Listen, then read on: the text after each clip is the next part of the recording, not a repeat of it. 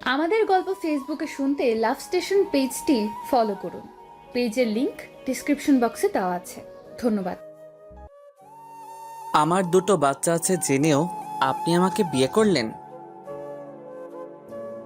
বিয়ের প্রথম রাতেই ইমাদের মুখ থেকে এমন কথা শুনে নাফিজা একটু শুকনো হেসে বলল, হাসালেন আপনি আমাকে। আরে আমি নিজেই তো একজন ডিভোর্সি মহিলা। স্বামীর সাথে সংসার করতে না করতেই 2 বছরের মাথায় ও আমাকে ডিভোর্স দিল। আমার আবার পছন্দ অপছন্দ, পরিবারের কাছে এই একটা বছর বোঝার মতো ছিলাম। অবশেষে আপনার সাথে বিয়ে হওয়ায় একটু মুক্তি পেলাম। কিন্তু আপনি আমাকে কেন বিয়ে করলেন? আমি তো আপনাকে বিয়ে করতে চাইনি। ইনফ্যাক্ট এই বিয়েতে রাজিও ছিলাম না, কিন্তু মা অনেক জোর করলো। আমাকে নিয়ে হাঁপিয়ে গেছে মানুষটা। সেদিন আমার সামনে এসে মা মায়াময় কণ্ঠে বলেছিল, বাবা, তুই কি আমাকে বেঁচে থেকেও মরা লাশের মতো রাখবি? সেদিন মায়ের কথাটি শুনে খুব কষ্ট হলো। আলতো করে মায়ের কোলে মাথা রেখে বলেছিলাম, মা তুমি কেন এমন বলছো? মা তখন দুহাত তুলে আমাকে বলল, দে না বাবা আমাকে একটা বউ। মানুষের জীবনে তো এমন দুঃখ সুখ থাকেই, কিন্তু তাই বলে কি তুই নিয়তির সাথে রাগ করে জীবনকে থামিয়ে রাখবি? সন্তানগুলোর কথা অন্তত ভাব। ওদের পুরো জীবনটা এখনো পড়ে আছে। ওদেরও তো মায়ের ভালোবাসা পাওয়ার অধিকার আছে। সেদিন কেন জানি মায়ের কথাগুলো খুব লাগলো। মায়ের মুখের দিকে তাকিয়ে আপনাকে বিয়ে করতে বাধ্য হলাম। ইমাদের কথা শুনে বিশাল ঘোমটার আড়ালে লুকিয়ে থাকা মেয়েটির চোখ দুটো অশ্রুতে ভিজে গেল। কিন্তু ইমাদ সে খবর নিল না, বরং তিক্ত কথা শোনাতে লাগলো। দেখুন, আমি আপনাকে কখনো স্ত্রীর মর্যাদা দিতে পারবো কিনা জানি না, তবে বন্ধু হিসেবে আপনাকে সবসময় সাহায্য করব। আর হ্যাঁ, আপনার আগের স্বামী আপনাকে ছেড়ে দিয়েছে কেন সেটাও আমি জানি না, তবে জানতেও চাই না, কারণ আপনাকে নিয়ে আমার কোনো মাথা ব্যথা নেই। তবে মায়ের থেকে যেটুকু শুনেছি আর এতক্ষণে আপনাকে যেটুকু দেখেছি, তাতে আমার মনে হচ্ছে আপনি খুবই পরহেজগার। আর সেই জন্যই হয়তো আমাদের বিয়েটাও মসজিদে হয়েছে। কিন্তু বুঝতে পারছি না, আপনি এত পরহেজগার হওয়া সত্ত্বেও আপনার হাজবেন্ড আপনাকে ছেড়ে কেন চলে গেছে? আবার সেই প্রশ্নটার সম্মুখীন। এই 1 বছরে মেয়েটি এই প্রশ্নটি শুনতে শুনতে প্রায় ক্লান্ত হয়ে যায়। ভেবেছে এবার একটু মুক্তি পাবে, কিন্তু তাও হলো না। ঘোমটার আড়ালে লুকিয়ে থাকা মেয়েটি ইমাদের প্রশ্নের কোনোই উত্তর দিল না। ইমাদ একটু সংকোচ করে তখন বলল, আসলেই কি আপনি ভালো, নাকি ভালো হওয়ার অভিনয় করছেন? নাফিজা তখন শান্ত কণ্ঠে বলল, হয়তো খারাপ, তাই আজ অব্দি কারো মনে জায়গা পেলাম না। আপনি কি আমার কথায় রাগ করেছেন? এমা, কি বলছেন? রাগ কি সবার উপর করা যায় বলুন? রাগ করতে হলে মানুষের উপর অধিকার থাকতে হয়। ইমাদ আর কোনো জবাব দিল না। একটু নিচু করে মুখটাকে রেখে নাফিজাকে উদ্দেশ্য করে বলল, দেখুন, আমি জানি না আপনি দেখতে কেমন, আর আপনাকে দেখারও আমার কোনো আগ্রহ নেই। তবে আপনাকে একটা কথা বলে রাখি, আপনি প্লিজ আমার কাছে কখনো স্ত্রীর অধিকার চাইবেন না। চাইবো না। নিশ্চয়ই আল্লাহ তাআলাই আমার জন্য যথেষ্ট। নাফিজার কথা শেষ না হতেই দরজায় কেউ নক করতে লাগলো। ইমাদ একটু চিন্তিত হয়ে দরজার সামনে গিয়ে বলল, কে? ওপাশ থেকে তখন আওয়াজ আসলো,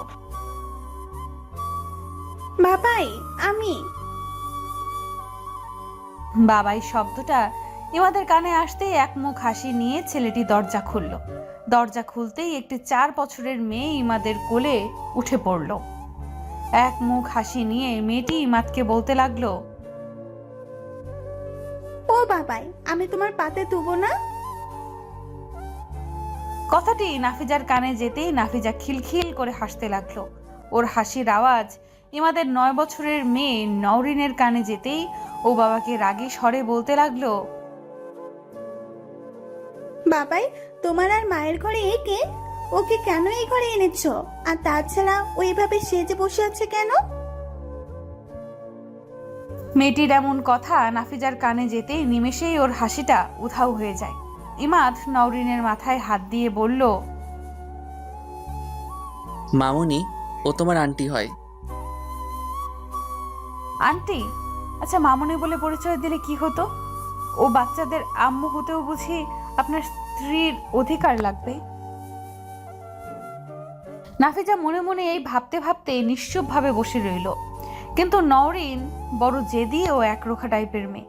ঘরে ঢুকতেই নাফিজার হাতটা শক্ত করে ধরে ওকে ঘর থেকে বের করে দিল। চিৎকার দিয়ে বলতে লাগলো, আমার বাবার রুমে তুমি কি করছো? যাও এখান থেকে। ইমাদ তখন নওরিনকে বলতে লাগলো, আম্মু এমন করে না, ও তো আমাদের বাড়ির মেহমান। না বাবাই, ও কেউ না। ফুপু বলেছে ও আমাদের সৎ মা। বাবাই, ওকে চলে যেতে বলো, না হলে আমি কিন্তু তোমার সাথে আর কোনো দিন কথা বলবো না। এই বলে নওরিন নাবার দিকে তাকিয়ে ইমাদকে বলল, না বা, ও তোমাকে কোনোদিন বাবা বলে ডাকবে না। নাফিজা অবাক হয়ে গেল 9 বছরের একটি বাচ্চার মুখে এমন সব আচরণ দেখে। খুব অবাক ভাবে ও নওরিনের দিকে তাকালো। মেয়েটির চেহারায় এত পরিমাণ মায়া, যা যে কেউ ওর প্রতি ভালোবাসায় জড়াবে, কিন্তু বড্ড জেদি ও একরোখা টাইপের মেয়ে।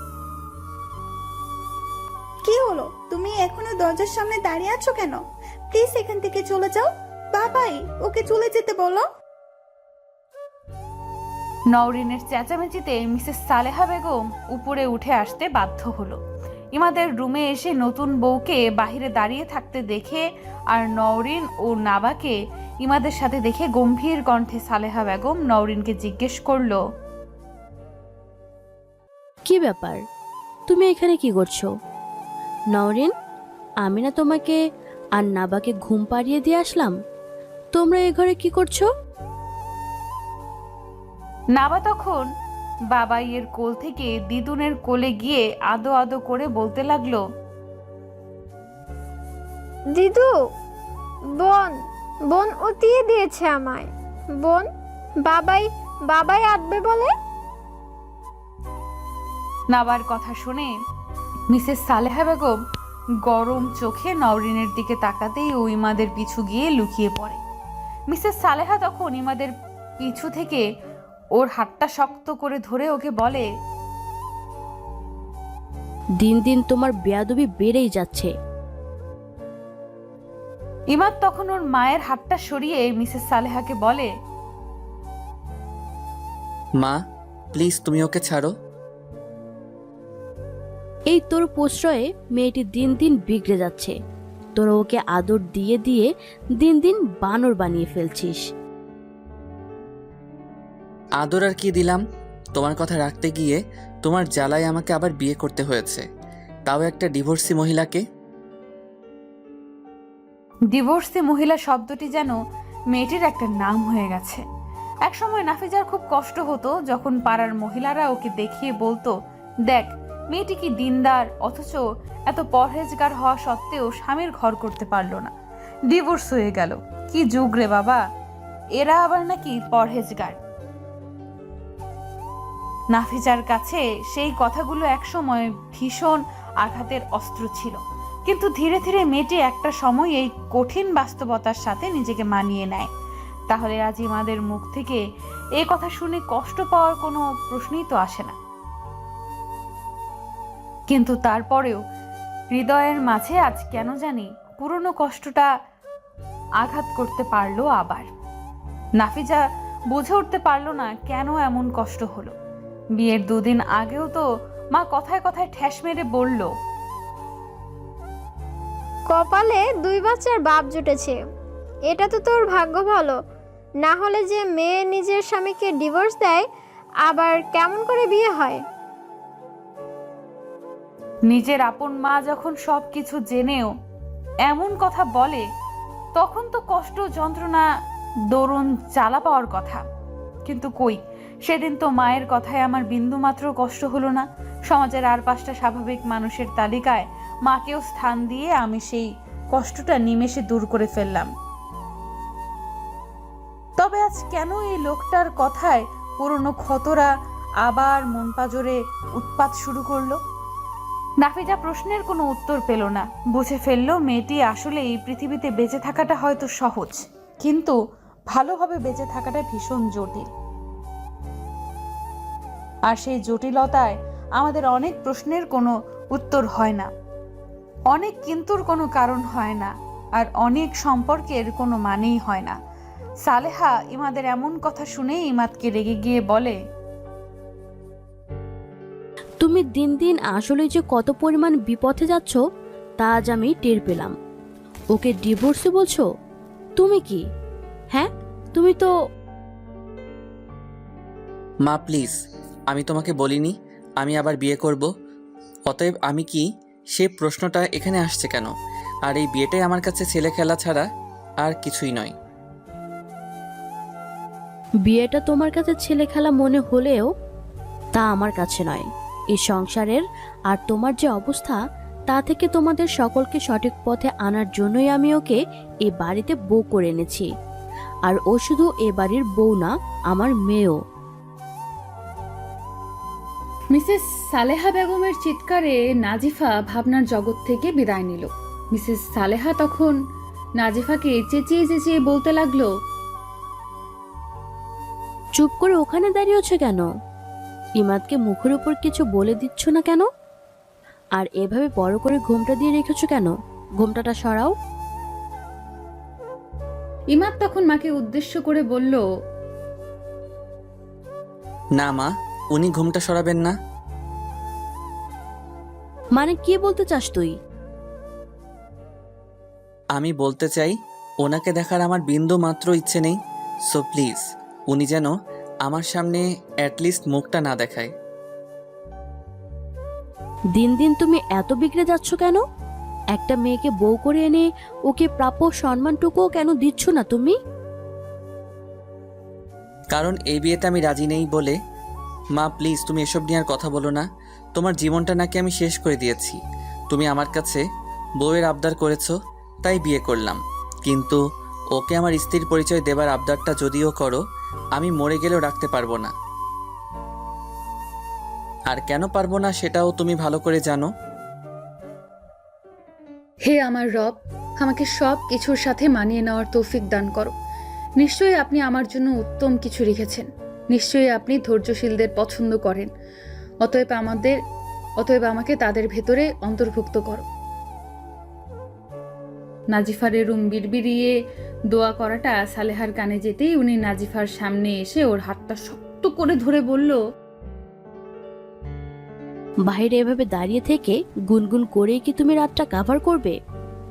একটা কথা মনে রেখো, নিজের অধিকার নিজেকে আদায় করতে হবে, কখনো ছেড়ে দিও না। নাজিফা তখন ঠুনকো হেসে সালেহাকে বলল, আমি সবসময় এটা বিশ্বাস করি যে আর যাই হোক, ভালোবাসা আর অধিকার কখনো জোর করে আদায় করা যায় না। আর যে জোর করে আদায় করে সে সবচেয়ে বেশি বোকা। আমি সেই বোকাদের দলে অন্তর্ভুক্ত হতে চাই না। আমি ভালোবাসাকে ভালোবাসা দিয়ে, অধিকারকে অধিকার দিয়ে আদায় কর। ইমাদের কানে নাজিফার কথাগুলো যেতেই ইমাদ হেসে হেসে নাজিফাকে বলল, সে স্বপ্ন আপনার কখনো পূরণ হবে না। এনিওয়ে মা, অনেক রাত হয়েছে, বাচ্চাদের এত রাত অবধি জাগা ঠিক হবে না।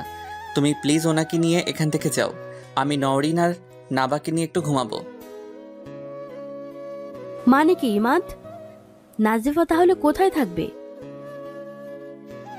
মা, তুমি আমাকে হাসালে। দিন দিন তুমি এমন বোকা কেন যে হয়ে যাচ্ছ? আমাদের এত বড় বাড়ি, এতে রুম থাকা সত্ত্বেও তুমি ওনার শোয়া নিয়ে চিন্তা করছো। এটা আমি মানতে পারছি না। আসলে আমার মনে হয় তুমি ওনার এই ঘর থেকে বের হয়ে যাওয়াটাই মেনে নিতে পারছো না, তাই অজুহাত দেখাচ্ছ। ঠিক তাই, আমি ওর এ ঘর থেকে চলে যাওয়াটাই মেনে নিতে পারছি না, কারণ এটা ওর অধিকার। নাজিফা অমনি শাশুড়ির হাতকে আলতো করে ধরে বলল, থাক না, আমি না হয় অধিকারটা নাই বা চাইলাম, একদিন উনি নিজেই হয়তো এই অধিকারটা আমায় ফিরিয়ে দিবেন। মেয়েটির কথাগুলোই বেশ মায়া আছে, যা সহসা যে কাউকে ওর মায়ায় বাঁধতে পারে। কিন্তু নিয়তির পরিহাসে আজ মেয়েটি সমাজের কাছে বড্ড বেশি তুচ্ছ। তবে ওকে যে চিনেছে সেই ঝিনুকের ভেতরে মুক্তোর সন্ধান পেয়েছে। এইভাবে সালেহা ঠোঁটের কোণে এক শান্তির হাসি ফুটিয়ে নাজিফাকে বলল, তুই আমার এই সংসারকে আলোর পথে আনবি, আর সাথে আমার এই ছেলেটাকেও একদিন নিজের মতো করে গড়ে নিবি। তুই যেমন স্রষ্টাকে ভালোবাসিস, এই সংসারের মানুষগুলোকেও তার প্রতি ভালোবাসায় মগ্ন করবি। আর আমি তোকে কথা দিচ্ছি, আর যারা তোকে এই ঘর থেকে বের করে দিল, একদিন তারাই তোকে এই ঘরে ঠাঁই দিবে। এই বলে সালেহা নাজিফার হাতটা শক্ত করে ধরে ওকে টেনে নিজের ঘরে নিয়ে যায়। ইমাদ মেয়েদের নিয়ে দিব্যি নিজের ঘরের দরজাটা লাগিয়ে দেয়। ছেলেটার এরূপ আচরণ হয়তো নাজিফার কাছে ছেলেটিকে অমানুষ হিসেবে পরিচয় দিয়েছে, কিন্তু উপরওয়ালা জানে ছেলেটি কতটা কষ্টে দিন দিন এমন অমানুষ হয়ে গেছে। প্রতি রাতে জেগে থাকা বালিশ আর জানালার ফাঁক দিয়ে বাহিরে দেখা সোডিয়ামের আলোই জানে ছেলেটি কত রাত হাহাকার করে কেড়েছে। আজ ইমাদের চোখে পানিই নেই, অশ্রুটাও আজ হারিয়ে গেছে। কিন্তু এত কঠিন বাস্তবতার মাঝেও প্রিয় মানুষের শেষ আমানতটুকু তাকে আজও বাঁচিয়ে রেখেছে। নওরিন আর নাবার চেহারাগুলো আজও ইমাদকে হাজারো কষ্টের মাঝে বলতে বাধ্য করে, এই তো আমি সুখে আছি, এই তো আমি ভালো আছি। নাজিফাকে সালেহা বিছানার উপর বসিয়ে রান্নাঘরে গেল খাবার আনতে। সালেহা খাবার এনে দেখে মেয়েটি এখনো মাথায় এক হাত ঘুমটাটা দিয়ে বসে আছে। সালেহা নাজিফার কাছে গিয়ে কোনো কথা না বলেই নাজিফার ঘুমটাটাকে সরিয়ে ফেলল। অতঃপর দেখল মেয়েটি কান্না করে চোখ দুটোকে লাল করে ফেলেছে। সালেহা অভিমান করে বলল, এটাই করতে পারবে, তাছাড়া আর কিছুই করতে পারবে না। নাজিফা চোখের জল মুছতে মুছতে বলল,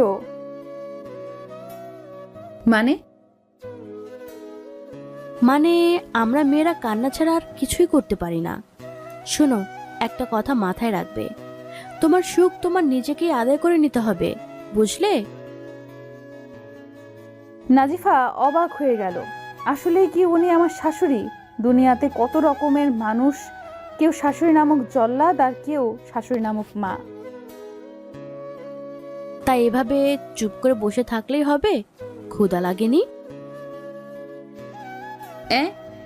মানে লেগেছে তো।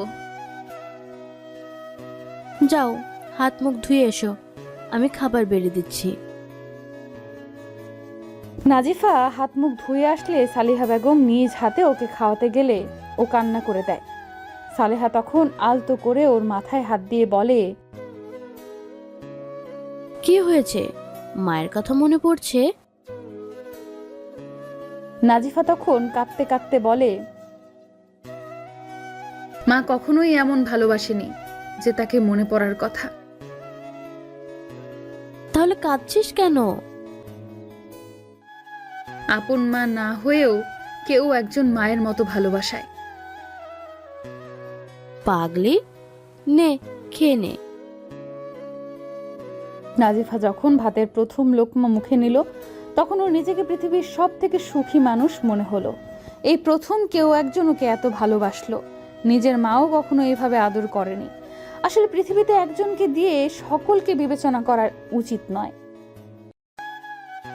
পৃথিবীতে সব মায়েরা যেমন এক হয় না, ঠিক তেমনি পৃথিবীর সব শাশুড়িরাও এক হয় না। কি রে মা, কি ভাবছিস? না কিছু না। আচ্ছা, আমি কি আপনাকে মা বলে ডাকতে পারি? এ মা, এ আবার কি কথা? আমি তো তোরই মা। কথাটি শুনে নাজিফা মিসেস সালেহার দিকে ভ্যাল ভ্যাল করে তাকিয়ে রইল। কি হলো, ওভাবে চেয়ে আছিস কেন? না কিছু না। নে ঘুমিয়ে পড়, কাল থেকে দেখবি এই বাড়ির নাটকীয়তা। দেখতে তো আমাকে হবেই, আর সাথে মানুষগুলোকেও পরিবর্তন করতে হবে। সকালে নাজিফার মধুর সুরের কোরআন পাঠ করা শুনে সালেহার ঘুম ভেঙে যায়। সালেহা চোখ খুলতেই দেখতে পেল মেয়েটি কোরআন পড়ছে আর বিনিয়ে বিনিয়ে কাঁদছে। সালেহা ওর পাশে গিয়ে বসতেই নাজিফা চোখের জল মুছে সালেহাকে বলল, আম্মু আপনি নামাজ পড়ে নিন। নাজিফার এই বাক্যটির মাঝে সালেহা যে শান্তি সুখ পেল তা অনেক কাল আগেই ছেলে মেয়েদের বিপথে যাওয়ার ফলে হারিয়ে গিয়েছে। সালেহা ওযু করে এসে নামাজ পড়ে নাজিফাকে বলল, আচ্ছা নাজিফা, তোমার কখনো রবের উপর রাগ হয়নি? কেন? না মানে, তিনি তোমাকে এত কষ্ট দিচ্ছে অথচ তুমি তার হুকুম মেনে চলো, তাকে ডাকো। নাজিফা তখন হেসে বলল, রবের উপর রাগ করা যায় না মা, কিন্তু অভিমান করা যায়, যা নিমেষে আবার রবের সামান্য নেয়ামত পেয়ে ভালোবাসায় পরিণত হয়। আর রব কখনো তার বান্দাদের কষ্ট দেয় না, বরং পরীক্ষা করে দেখে তার বান্দা তাকে কত ভালোবাসে। তবে সবাইকে পরীক্ষা করে না। যারা তার হুকুম মেনে চলে, তাকে ডাকে, তার উপর ভরসা রাখে, রব কেবলই তাদেরই একটু বেশি পরীক্ষা করে। কিন্তু তাই বলে কি আমি বলতে পারি আমার রব আমাকে কষ্ট দিচ্ছেন? মাশাআল্লাহ, কি সুন্দর কথা। আচ্ছা আম্মু, এই বাড়ির কেউ সকালের নামাজ পড়ে না? সালেহা তখন একটি দীর্ঘ নিঃশ্বাস ফেলে বলল, আমি হয়তো ভালো নই রে মা, তাই হয়তো ছেলে মেয়েগুলোকে রবের সাথে পরিচয় করাতে পারলাম না। ফাহাদ মানে আমার বড় ছেলে, ও তো কোনো কালেই মানুষ হয়নি। ওর কাছে জীবন মানে একটাই। তাই মাস্তি, আড্ডা আর গার্লফ্রেন্ড ভেবেছিলাম বিয়ের পর মানুষ হবে, কিন্তু যাকে বিয়ে করলো সে নিজেই তো চাইনিজ।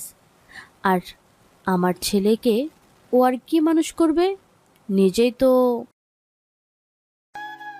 সালেহা চুপ হয়ে গেল। তারপর ঠোঁটের কোণে ঠুনকো হাসি ফুটিয়ে বলল, অবশ্য অন্যের মেয়েকে কি বলবো, আমার নিজের মেয়ে নিতুকেই তো আজ ঠিক করতে পারলাম না।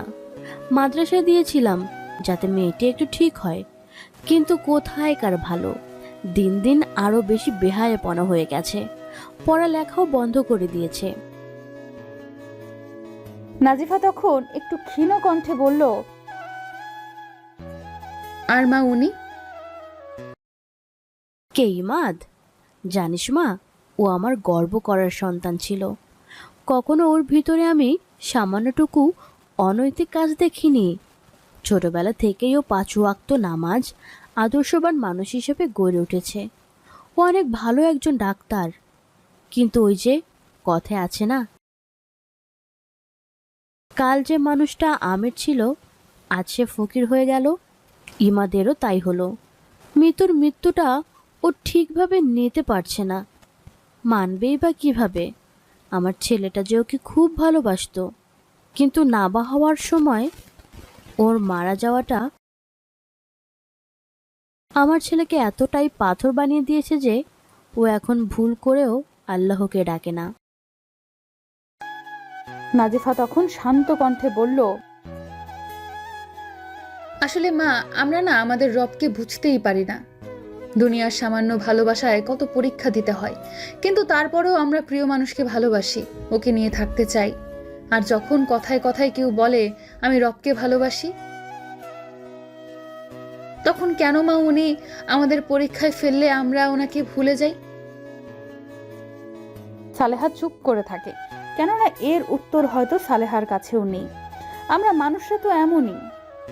সকাল 9টায় ইমাদ বাচ্চাদের নিয়ে নিচে নামে। নাজিফা রান্নাঘর থেকে একটু আর চোখে চেয়ে আবার নিজের কাজে ব্যস্ত হলো। হঠাৎ কি যেন মনে করে নাজিফা আবার ইমাদের দিকে তাকালো, তারপর সহসা করে উঠল। মাশাল্লাহ, ছেলেরাও এত সুন্দর হয়। সত্যি মানুষটা অনেকটাই সুন্দর। ইমাদ নিচে নামতেই সালেহাকে দেখলো সোফায় বসে আছে। সালেহার কাছে গিয়ে বলল, মা, নাবা আর নওরিনকে রেডি করে দাও স্কুলের জন্য। সালেহা ছেলের সাথে কোনো কথা না বলেই নাবা আর নওরিনকে নিয়ে নিজের রুমে চলে যায়। ইমাদ তখন চারপাশে তাকিয়ে নাজিফাকে খুঁজতে থাকে।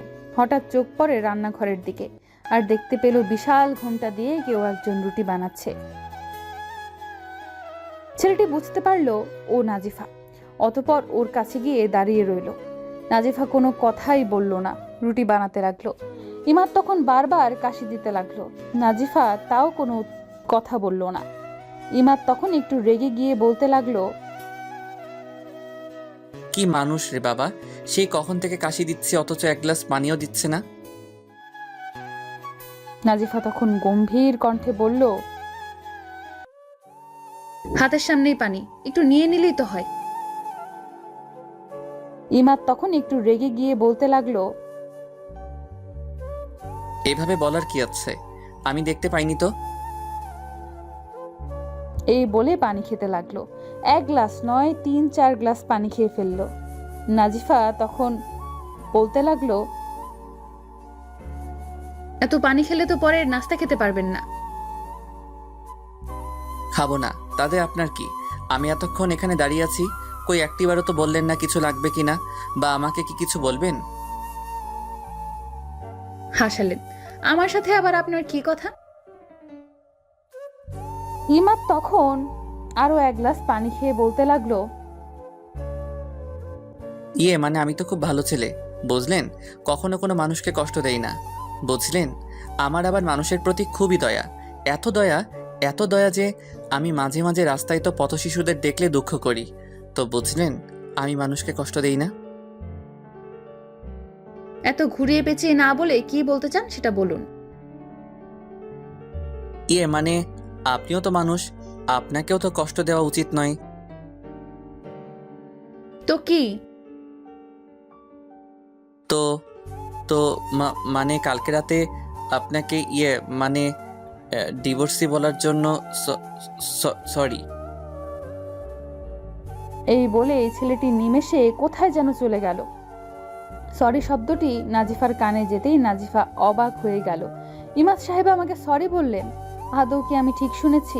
অবশ্য ছেলেটি একটা সরি বলতে গিয়ে কত সংকোচ যে করলো, বাট শেষে সরিটা বলল। আসলে উনি ভালো, তবে নিজের ভালোটাকে মানুষের সামনে প্রকাশ করতেই ভুলে গেছে। এই যা। ঠোঁটের কোণে মলিন হাসি ফুটিয়ে মেয়েটি ভাবতে লাগলো, এত কটু কথা বলার পরও যখন মানুষটা একবার সরি বলল, তাও এত সংকোচ করে, তখন অভিমানগুলো সত্যিই নিমেষেই অজানা দেশে পাড়ি দিল। এই ভেবে নাজিফা আবার রুটি বানাতে লাগলো। এমন সময় সালেহার মেয়ে নিতু কানে হেডফোন দিয়ে নিচে নামলো। নাজিফাকে রান্নাঘরে দেখতে পেয়ে বলতে লাগলো, এই যে একটু তাড়াতাড়ি হাত চালা, সকালের নাস্তা কি দুপুরে খাওয়াবে? অমনি ফাহাদের বউ নাইট ড্রেস পরে নিচে নেমে নিতুকে বলতে লাগলো, good morning Nitu, what's happen? আর বলো না, খুব ক্ষুধা পেয়ে গেছে। বাট দেখো ওকে, ও এখনো নাস্তাই বানায়নি। কি করে পারবে বল, এসবের জন্যই তো সংসার করতে পারিনি। ঠিক বলেছ, দেখো আমার কি পরিমাণ ক্ষুধা লেগেছে। সালেহা তখন বলতে লাগলো, আহারে, আমার মেয়েটা যে কি ক্ষুধা লেগেছে। সালেহাকে দেখতে পেয়ে নিতু চুপ হয়ে যায়। সালেহা তখন নাবা আর নওরিনকে ডাইনিং টেবিলে বসিয়ে নিতুর সামনে এসে বলল, তা মা, আপনার আজকে এত তাড়াতাড়ি ক্ষুধা পেয়ে গেল? আপনি তো নবাবজাদি, দুপুর 12টা ছাড়া আপনার ঘুমই ভাঙে না, আর 1টা ছাড়া আপনার সকালের নাস্তাই হয় না। তা আজকে আপনি এত তাড়াতাড়ি উঠলেন যে? নিতু চুপ করে দাঁড়িয়ে রইল। ফাহমিদা তখন বলতে লাগলো, থাক না মা এসব কথা, তুমি চুপ করো, তোমরা দুজনেই তো একই ঘাটের মাঝি। তুমিও দেখি আজকে এত তাড়াতাড়ি নিচে নেমে আসলে। আর তোমাকে না বলেছি এসব নাইট ড্রেস পরে নিচে নামবে না? ওহ মা, এটা ফ্যাশন। এই ফ্যাশন করতে গিয়ে এই বাড়ির বড় বউয়ের সম্মানটা আবার হারিয়ে ফেলো না। মা, খাবার হয়ে গেছে, সবাইকে বসতে বলুন। নাজিফার মুখ থেকে এমন উক্তি শুনে ফাহমিদা রেগে গিয়ে নাজিফাকে বলতে লাগলো, যত বড় মুখ না তত বড় কথা। এসেছো এখনো একদিনও হয়নি, আর এখনই আমার সাথে এরূপ আচরণ। কেন বৌমা, ও কি ভুল বলেছে? ও তো ঠিকই বলেছে। তুমি ইমাদের সামনে এসব পরে হাঁটলে বড় ভাবি হিসেবে তোমাকে মানায়? আজকে ইমাদ আসুক, তারপর দেখাচ্ছি মজা। হঠাৎ ইমাদ সিঁড়ি দিয়ে নামতে নামতে বলতে লাগলো, কি হয়েছে? এত চেঁচামেচি কেন? বৌমনি, কি হয়েছে? তুমি এত রেগে আছো কেন? আর বলিস না ভাই, তোর বউ তো প্রথম দিনই আমার মুখের উপর কথা বলছে, আমার পোশাক আশাক নিয়ে পর্যন্ত মন্তব্য করছে। ইমাদ ফাহমিদার মুখ থেকে কথাগুলো শুনে কোনো কিছু না ভেবেই নাজিফার কাছে গিয়ে ওর হাতটা শক্ত করে ধরে বলল, মানবতার খাতিরে একটা সরি বলেছি বলে আপনি কি সাপের 5 পা দেখেছেন? নাজিফা কোনো কথাই বলল না, অনায়াসে ইমাদের সব কথা শুনতে লাগলো। ইমাদ ওর এরূপ নিশ্চুপতা দেখে অবাক হয়ে গেল। মানুষ এত ধৈর্যশীলতা কিভাবে হয়? কি ব্যাপার, কথা বলছেন না কেন? লিসেন, যান বৌমনির কাছে গিয়ে মাপ চান। দেখুন, আমি ওনাকে খারাপ কিছুই বলিনি, জাস্ট বললাম যে উনি সব পরে আমার সামনে আসাটা ঠিক মানায় না। দেখেছি ইমাদ, আবার সে একই কথা বলছে। যত বড় মুখ নয় তত বড় কথা। আজ তোমার দাদা ভাইয়ের কাছে যদি আমি না বিচার দিয়েছি তাহলে আমার নাম ফাহমিদা না, আর ও যদি আমার কাছে মাফ না চায় তাহলে আমি আজ কোনো খাবারই খাবো না, এই বলে দিলাম। এই বলে ফাহমিদা নিজে ঘরে চলে গেল। সালেহা তখন একটু মুচকি হেসে বলল, উফ, বাঁচলাম। কেন যে আমার বড় ছেলে এর মতো একটা মেয়েকে বিয়ে করেছে আল্লাহই জানে। একটু তাড়াতাড়ি কর বাবা, নাবার নওরিনের স্কুল আছে তো। ইমাদ আর কোনো কথাই বলল না। ও বুঝেছে ফাহমিদার কাজেই শুধু ঝগড়া করা। এখন ওর মনে পড়ে মিতুর সাথে সামান্য কারণ নিয়ে কি পরিমাণ ঝগড়া করত। ইমাদ ভাবছে, তবে মিতু এই মেয়েটির মতো নিশ্চুপ থাকতো না। মিতুকে যদি বৌমনি বলতো একটা, মিতু বলতো 100টা। এখনো মনে পড়ে শুধুমাত্র বৌমনির কারণে ও কতবার আমাকে বলেছিল চলো আমরা আলাদা হয়ে যাই, কিন্তু এই কথাটি কখনোই আমি মায়ের কান অবধি আসতে দেইনি। কারণ আমি জানতাম মা আর যাই হোক আমাদের 2 ভাইয়ের আলাদা হয়ে যাওয়াটা কখনোই মেনে নিতে পারবে না। কেননা বাবা মারা যাওয়ার পর আমি আর দাদা ভাইয়ের তো মায়ের কাছে সব। আজ আবার এই বৌমনির কারণে সেই মানুষটাকে মনে পড়ে গেল যে আমাকে অসহায় করে দূরে কোথাও চলে গেল। মিতুর কথা মনে পড়তেই ছেলেটার চোখ দুটো লাল হয়ে যায়। ছেলে মানুষ, তাই সে বুঝে ফেললো কান্না তাকে মানায় না। সহসা ডাইনিং টেবিল থেকে উঠে দাঁড়ালো। নাজিফা তখন মিতুকে আর শাশুড়িকে রুটি দিচ্ছিল। ইমাদের এভাবে উঠে দাঁড়ানো দেখে সালেহা বিস্ময় কণ্ঠে জিজ্ঞাসা করলো, কি হয়েছে? এভাবে উঠে দাঁড়িয়েছিস কেন? খিদে নেই? এই বলে ইমাদ চলে যেতে চাইলে নাজিফা অমনেই ওর হাতটা গিয়ে ধরে ফেললো। নাজিফার এত সাহস দেখে ইমাদ খুব বেশি অবাক হয়। চিৎকার দিয়ে বলতে লাগলো,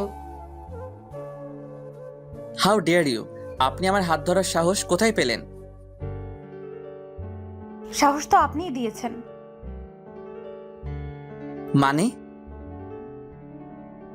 মানে হলো, আপনি যখন আমার অনুমতি না নিয়ে আমার হাত ধরার সাহস পেয়েছেন, ঠিক তেমনি আমিও আপনার অনুমতি না নিয়ে আপনার হাত ধরার সাহস পেয়েছি।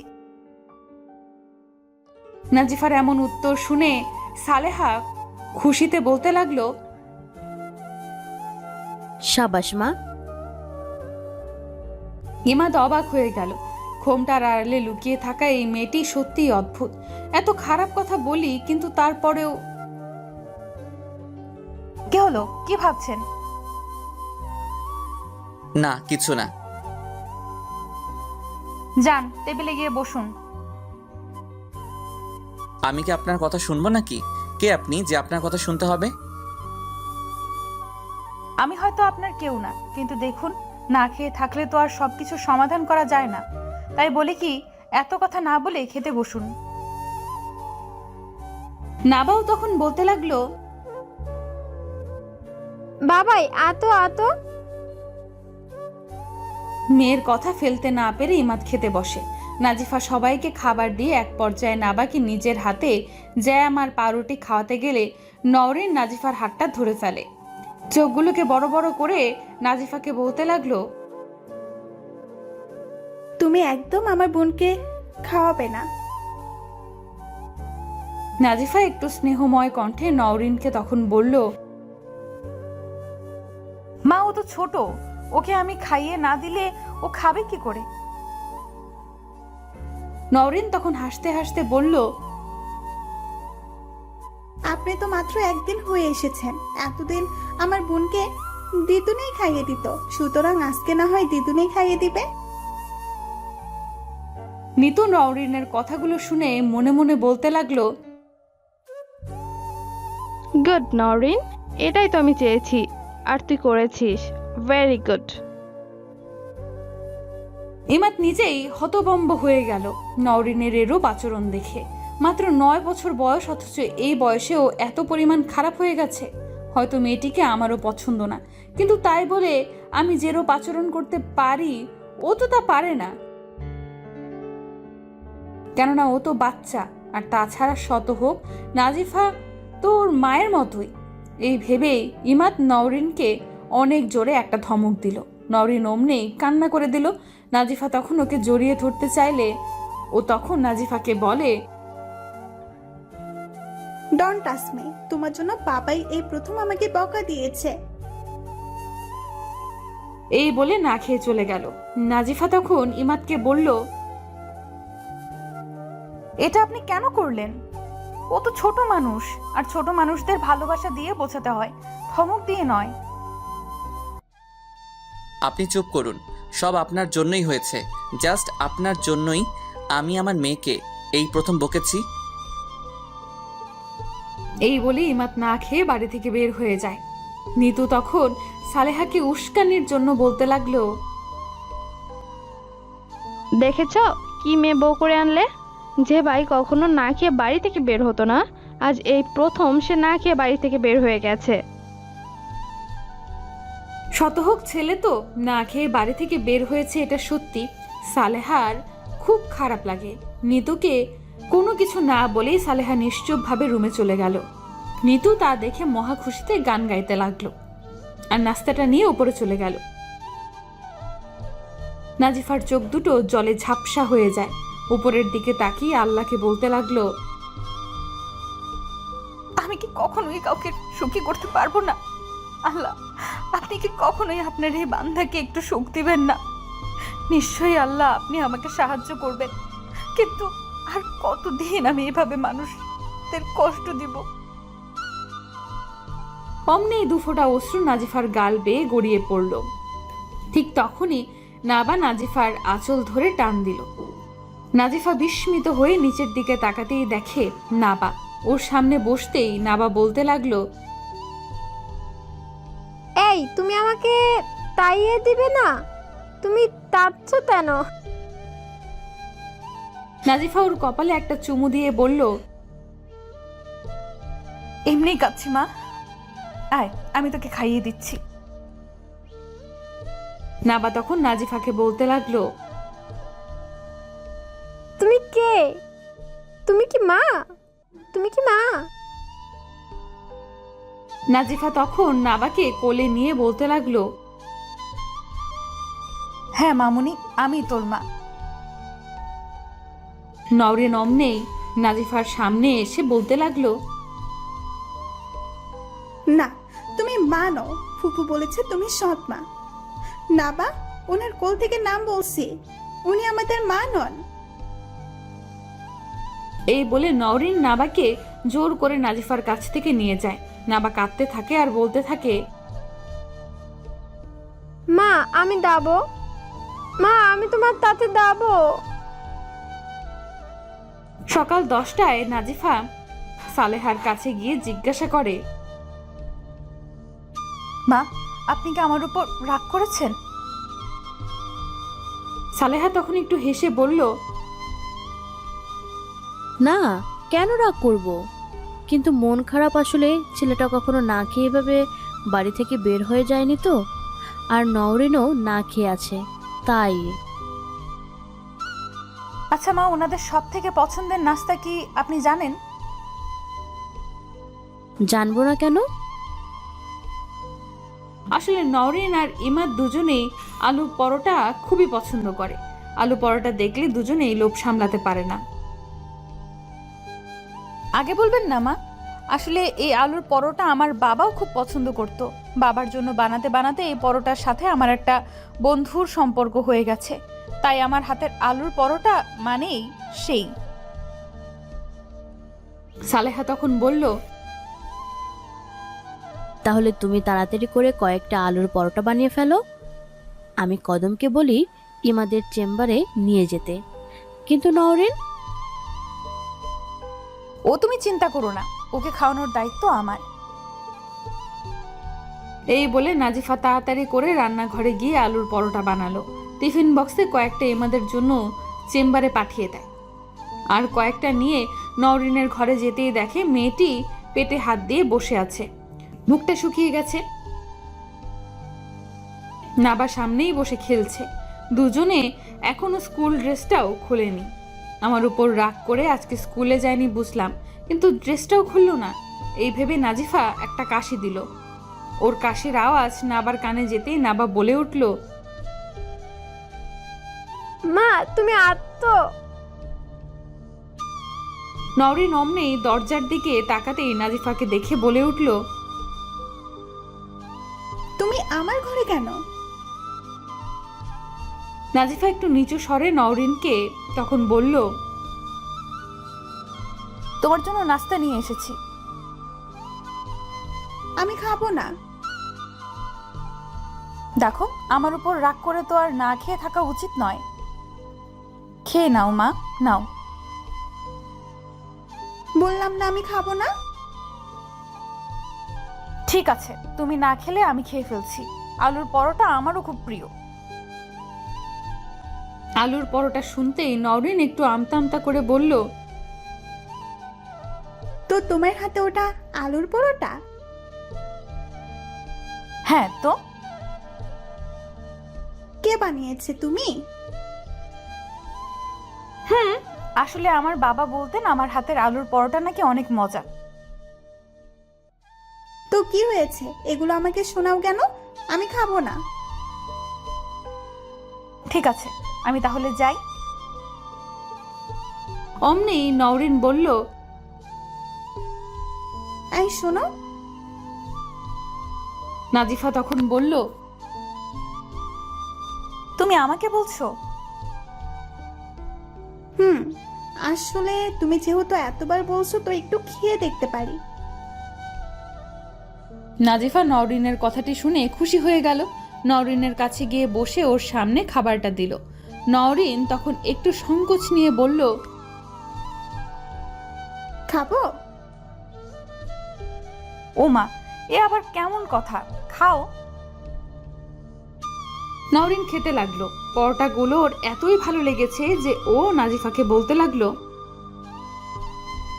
তুমি তো ভালো রান্না করতে পারো। ধন্যবাদ। নাজিফা তারপর কিছু সময় চুপ থেকে নওরিনকে বলল, আচ্ছা মা, তুমি কেন আমার উপর রাগ করো? আমি তো তোমার সাথে কোনো খারাপ আচরণ করি না, আর বড়দের সাথে এমনভাবে আচরণ করলে যে আকাশের মালিক খুব অসন্তুষ্ট হয়। নওরিন অমনি খাবারটা রেখে কৌতূহল নিয়ে নাজিফাকে জিজ্ঞেস করলো, আল্লাহ বুঝি খুব অসন্তুষ্ট হয় আমি বড়দের সাথে খারাপ আচরণ করলে? হ্যাঁ তো মা। কিন্তু আমি তো বড়দের সাথে খারাপ আচরণ করি না, আমি শুধু তোমার সাথে খারাপ আচরণ করি, কারণ ফুপু বলেছে তুমি নাকি আমাকে আর না পাকে বাবার কাছ থেকে।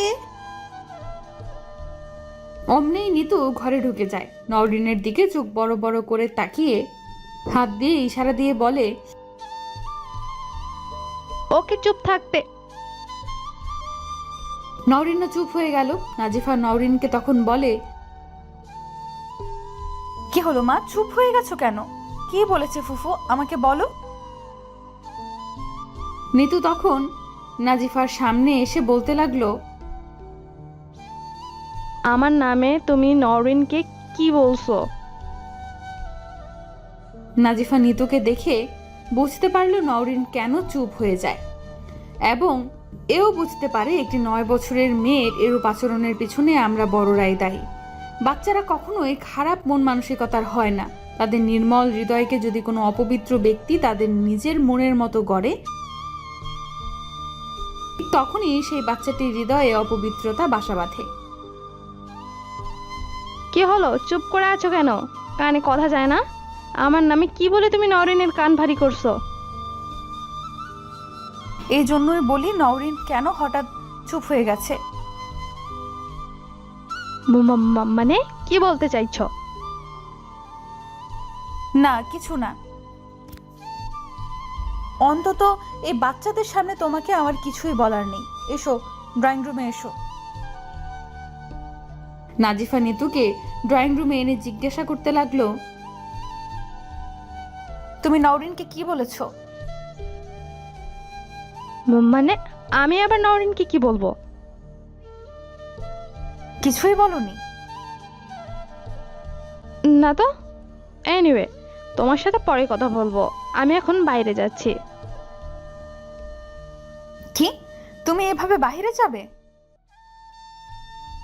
কেন, কি হয়েছে? তুমি জিন্স টপ পরে বাইরে যাবে না। এরূপ রংচটা লিপস্টিক দিয়েছো কেন?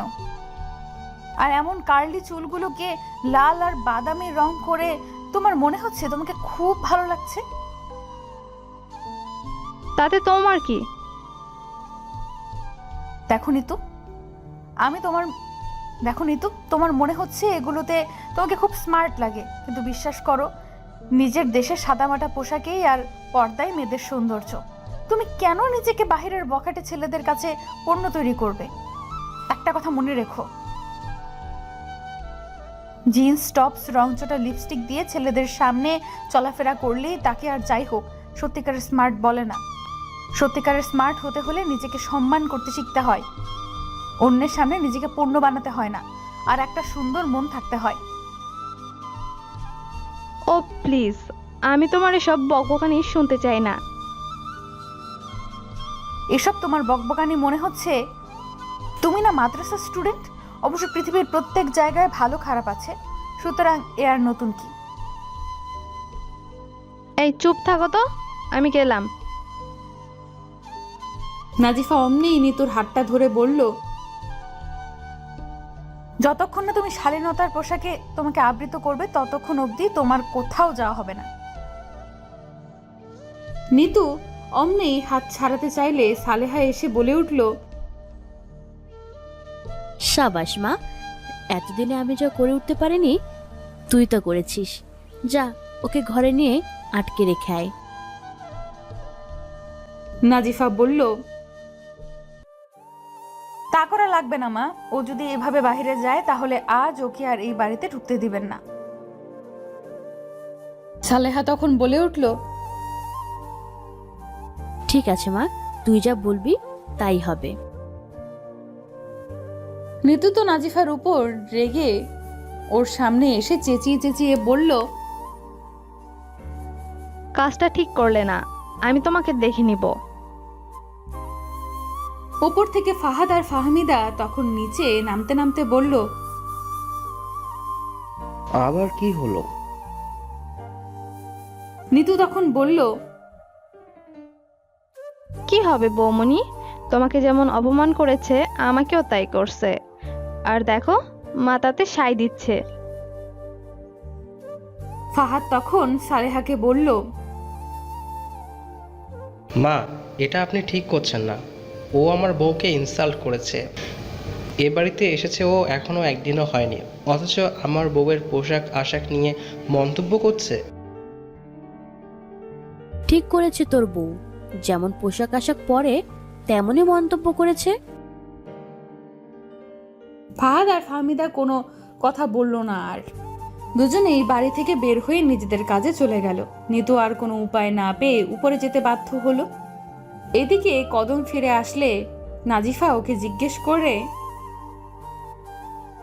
কদম ভাই, তোমার সাহেব খেয়েছে? কদম বলল, জানি না আপা, সাহেব আমাকে শুধু বলল বক্সটা রেখে যেন চলে যাই। কথাটি শুনে নাজিফা একটু মুচকি হেসে কদমকে বলল, তোমার সাহেব তোমার সামনে খেতে লজ্জা পাবে, তাই হয়তো রেখে দিতে বলেছে। এত অশান্তির পরও সন্ধ্যাবেলায় নাজিফা মাগরিবের নামাজ শেষ করে রান্নাঘরে যায় সবার জন্য পায়েস রান্না করতে। এমন সময় ইমাদ বাড়ি ফিরে আসে। রান্নাঘরে গিয়ে টিফিন বক্সটা রাখতে নাজিফাকে দেখে রান্না করছে। ইমাদ তখন একটু গম্ভীর কণ্ঠে বলল, এই যে শুনছেন? নাজিফা ঘোমটার আড়াল থেকে বলল, জি, আমাকে বলছেন? তো আর কাকে বলবো, এখানে কি আর কেউ আছে? তাই তো, তো কি বলবেন শুনি? মানে মজা হয়েছে অনেক, থ্যাঙ্কস। ইমাদ এই বলে চলে যায়। নাজিফা ওর চলে যাওয়ার দিকে অনিমেষভাবে চেয়ে রইল। ছেলেটাকে বুঝতেই পারছি না, কখনো ভালো তো কখনো খারাপ, কখনো নরম তো কখনো গরম। এদিকে নিতুকে বাড়ি থেকে বের হতে না দেওয়ায় নিতু নওরিনের ঘরে যায়। গিয়ে দেখে নওরিন আর নাবা দুজনেই পড়তে বসেছে। নিতু নওরিনের কাছে গিয়ে বসে বলে, কি রে, সকালবেলা তোরে আলুর পরোটা খাইয়েছে বলে তুই আমি যা বলেছি তোকে সব বলে দিতে চেয়েছিস ওই মেয়েটাকে? নওরিন তখন মাথা নিচু করে বলল, ওই আন্টিটা তো খারাপ না, তুমি বলছো আমাদের থেকে আমাদের বাবাইকে কেড়ে নেবে। কই, ওই আন্টিটা তো এমন কিছুই করছে না। বাবা নরিন, সকালে মেয়েটা দুটো আলুর পরোটা তোর জন্য বানিয়েছে বলে তুই নিজের ফুফুকে অবিশ্বাস করলি? না মানে ফুপু, আমি তা বলতে চাইনি, আমি বলতে চেয়েছি। থাক বাবা থাক, তোদের ভালো চাই বলেই আমি তোকে সাবধান করেছিলাম। এখন দেখি আমারই ভুল হয়েছে। ওকে ফাইন, আমি তোকে আর কিছুই বলবো না, কিন্তু আমি যেহেতু তোর ফুফু তাই তোকে শেষ একটা কথা বলছি। তোর বাবাইকে হাত করার জন্য যে দেখ মেয়েটা এখন পায়েস বানাচ্ছে। তোর বাবা এটা খাওয়ার পর মেয়েটাকে বিশ্বাস করবে, আর সেই সুযোগ নিয়ে মেয়েটা তোকে এই বাড়ি থেকে বের করে দিবে। আমি বরং এসব ভেজালে নাই বাবা। এই বলে নিতু চলে যেতে চাইলে নওরিন ওর হাতটা শক্ত করে ধরে বলল, তুমি সত্যি কথা বলছো? বিশ্বাস না হলে নিজ চোখে গিয়ে দেখে আয়। তোদের কাউকে দিবে না, শুধু তোর বাবাইকেই দিবে, দেখিস। ফুপু, তুমি আমাকে বলে দাও, আমি কি করলে ও আমার বাবাইকে পায়েসটা দিতে পারবে না? নওরিনের কথাটি শুনে নিতু মুচকি হাসি দিয়ে ভাবতে লাগলো, এবার দেখো তোমার আমি কি হাল করি। এদিকে নাবা নওরিনের হাতটা ধরে কাঁদতে কাঁদতে বলল, আপু, ফুপি পদা, ফুপি ভাদো না। নিতু তখন নওরিনকে বলল, দেখেছিস নওরিন এসেছে, একদিন না হতেই তোর বোনকে তোর কাছ থেকে কেড়ে নিচ্ছে, তুই তারপরও কিছু করবি না? ফুপু, তুমি ওর কথা বাদ দাও, তুমি আমাকে বলো কি করতে হবে। নিতু তখন নওরিনের হাতে একটা বোতল তেল আর কলার দুটো খোসা দিয়ে বলল, এই নে, এই তেলটা তোর বাবার দরজার সামনে গিয়ে ঢেলে দিবি, আর তার উপর কলার খোসাটা ফেলে দিয়ে আসবি। নওরিন তখন একটু ভয়ে ভয়ে বলতে লাগলো, এই তো ওর কিছু হবে না তো ফুপু?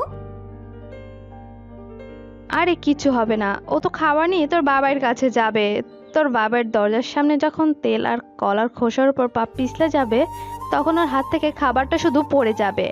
ব্যাস, তোর বাবাকে আর খাওয়াতে পারবে না। তাহলে আমি এখনই কাজটা করে আসছি। যা। নাবা তখন আবার নওরিনকে বলতে লাগলো,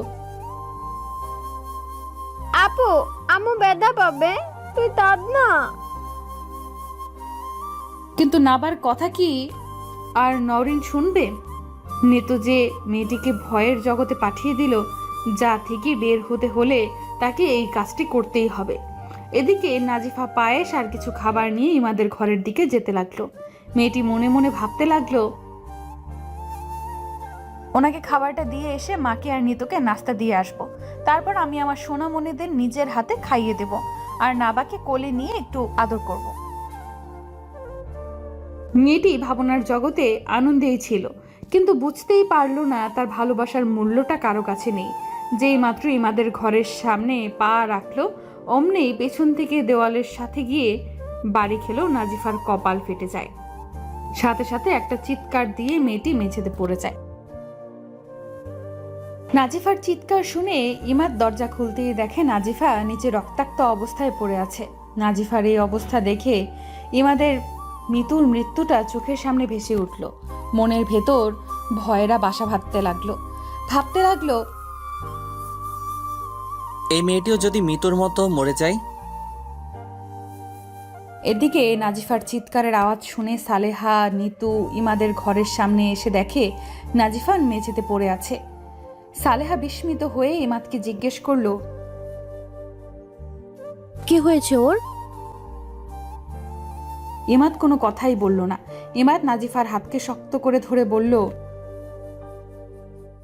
এই যে শুনছেন, এই যে আপনাকে বলছি। নাজিফার কোনো সারা শব্দ না পাওয়ায় ইমাদ ওকে কোলে করে নিজের ঘরে নিয়ে আসে, অতঃপর বিছানার উপর শুইয়ে দেয়। নিতু তো নাজিফার এই অবস্থা দেখে ভয় নিজের ঘরে চলে যায়। সালেহা নাজিফার মাথার পাশে বসে কাঁদতে থাকে। এদিকে নওরিনের কানে নাজিফার চিৎকার যেতেই নওরিন ভয়ে কাঁদতে থাকে আর বলে, সরি, আমি তোমাকে ব্যথা দিতে চাইনি। নাবা পাশে কাঁদতে কাঁদতে ঘুমিয়ে গেছে। ইমাদ যেহেতু পেশায় একজন ডাক্তার, তাই সে নিজেই নাজিফার ট্রিটমেন্ট করতে শুরু করলো। ড্রয়ার থেকে ফার্স্ট এড বক্সটা বের করে তুলো দিয়ে নাজিফার কপালের রক্তগুলো মুছতে লাগলো, তারপর ব্যান্ডেজ করে দিল। কাগজে কিছু ওষুধের নাম লিখে সালেহাকে দিয়ে বলল, মা তুমি এটা গিয়ে কদমকে দাও, ও যেন এই ওষুধগুলো নিয়ে আসে। সালেহা তখন ইমাদকে বলল, ও ঠিক হয়ে যাবে তো বাবা? ইমাদ বলতে লাগলো, আমি ওর কিছু হতে দিব না মা, আমি আর কোনো লাশ দেখতে পারবো না। সালেহা অদ্ভুতভাবে ছেলের দিকে চেয়ে রইল।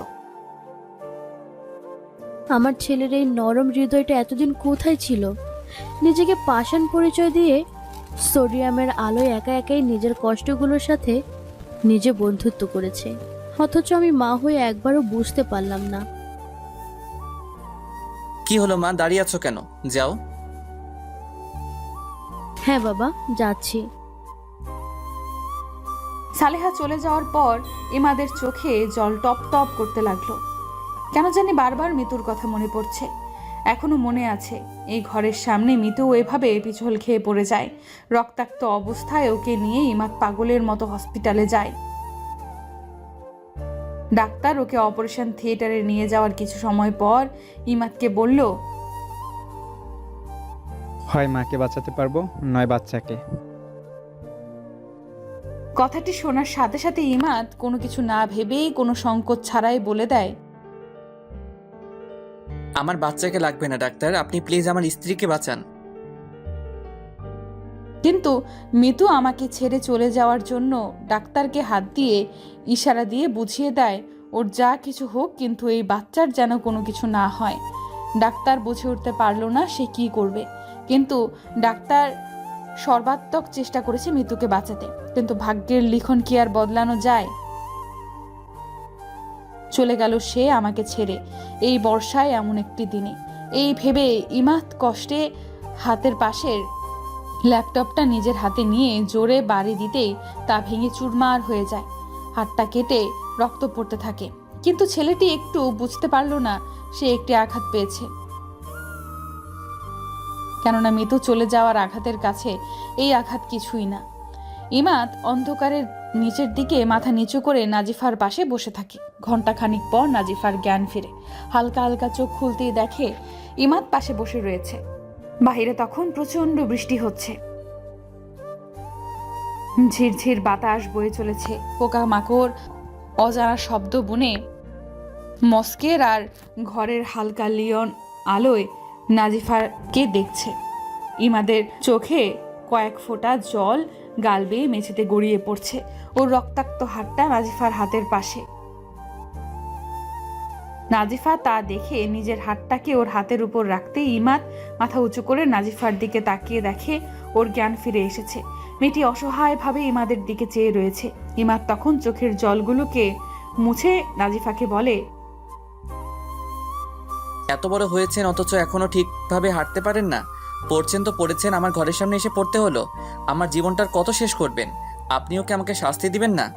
আপনিও কি আমাকে শান্তি দিবেন না? ছোটবেলায় বাবা মা ভালো করে হাঁটতে শিখায়নি। আপনারা মেয়ে মানুষের এই একটাই সমস্যা, যখন তখন পড়ে যান। নাজিফা তখন ক্ষীণ কণ্ঠে ইমাদকে বলে, কি করব বলুন? মেয়ে মানুষ মানেই তো বিয়ে অবধি বাবা মানুষটা শক্ত করে হাতটা ধরে রাখা, বিয়ের পর প্রিয় মানুষটা শক্ত করে হাতটা ধরে রাখা। তাই তারা একা হাঁটতে গেলে হোঁচট খাবে। আমার কপালে খারাপ, তাই প্রিয় কোনো মানুষ নেই যে হোঁচট খেলে হাতটা শক্ত করে ধরবে।